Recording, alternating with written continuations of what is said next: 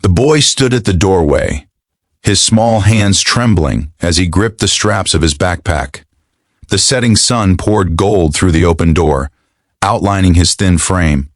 One eye was swollen and purple, the other glistened with tears he refused to let fall. Two burly men sat at a table inside, their leather vests marked with the unmistakable insignia, Hell's Angels. For a moment, everything went still. The rumble of distant motorcycles faded, and the boy's voice, small and cracked, broke the silence. "Can you be my dad? Just for one day? If you believe in kindness, second chances, and the power of unexpected heroes, take a second to like, comment, share, and subscribe. This story will remind you that even the toughest hearts can carry the deepest compassion." His name was Eli, a quiet 9-year-old from a small town where everyone knew everyone, but few noticed him. His father had left before he could remember, and his mother worked double shifts at a diner to keep their lights on. School was supposed to be his escape, but for Eli, it was another battlefield. Bigger kids pushed him, mocked his hand-me-down clothes, and one morning, when he tried to defend another student, he ended up with a black eye and a bruised spirit. The teacher sent him to the nurse, but no one really asked why. He walked home that day with one side of his face aching and the other side burning from humiliation. That evening, his mother found him sitting silently on the porch, his backpack untouched. When she asked what happened, he just said he fell. But something inside Eli had cracked. He didn't want revenge.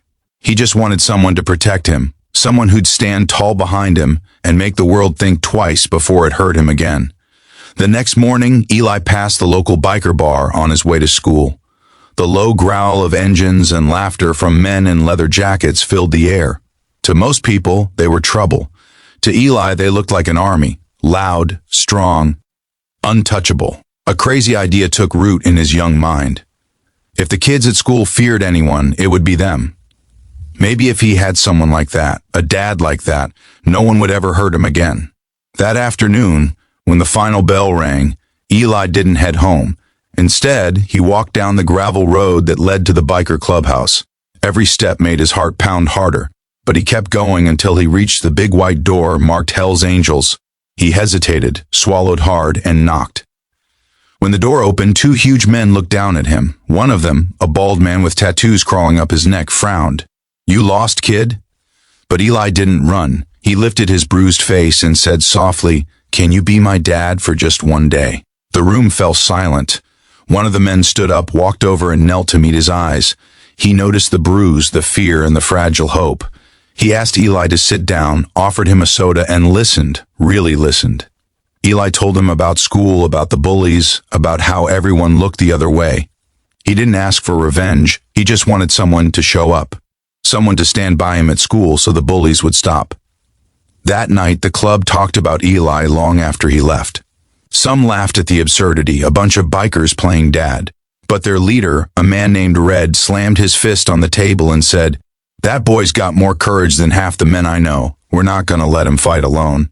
The next morning, the peaceful suburbs shook under the thunder of 32 motorcycles. The sound rolled through the streets like a storm. Parents peeked through curtains. Teachers froze. And at the school gates, 32 members of the Hell's Angels, dressed in full gear, parked their bikes and waited. When Eli arrived, his eyes widened in disbelief. Red stepped forward, handed him a small leather vest patched with a tiny set of angel wings, and said, "We told you, kid, no one messes with family." When Eli walked into school that day, he wasn't invisible anymore. The bullies who had laughed at him now couldn't even meet his gaze. The entire playground fell silent as the roar of engines echoed behind him. The teachers didn't know what to say. Some even called the police, worried about the sudden biker invasion. But when the officers arrived and saw the situation, how gently these men treated the boy, they just nodded in quiet understanding. No laws were broken, just hearts healed. Throughout the day, a few bikers waited outside, keeping watch. During recess, Eli played without fear for the first time in months. The bruises still marked his face, but now, his smile was brighter than the sun that day. The bullies didn't just stop picking on him. They apologized. One of them even handed him his favorite snack, too afraid not to. When school ended, Red crouched down and told Eli something he'd never forget. "Son, being a man isn't about how big you are or how many fights you win. It's about standing up for what's right, even when you're scared." Eli nodded, tears brimming in his eyes. Before they rode away, they gave him a leather wristband stamped with the letters Ha Family. Red told him, "You ever feel alone again, you look at that and you remember you've got brothers everywhere." News of what happened spread fast. People online called it the kindest biker story ever told. But to Eli, it wasn't about fame. It was about the feeling of finally belonging, of knowing that someone cared enough to show up. For weeks afterward, his confidence soared. His grades improved, and he even joined the school's safety patrol to help other kids who were being bullied. The bikers didn't just change one day of his life. They changed his entire story. Years later, when Eli graduated from high school, the roar of engines filled the air once again. 32 bikers showed up, older now, grayer, but still wearing the same patches. They sat in the back row of the gym, cheering louder than anyone else as Eli crossed the stage. When he lifted his diploma, he looked toward them and smiled. The boy who once stood broken at their door was now strong, kind, and fearless, all because a group of men the world had misunderstood decided to become protectors instead of bystanders. If this story touched your heart, please like, share, and subscribe.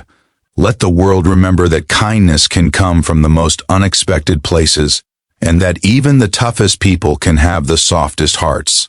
Special request, comment below, what would you have done if that little boy showed up at your door? Because sometimes it only takes one act of compassion to turn fear into hope and a stranger into family.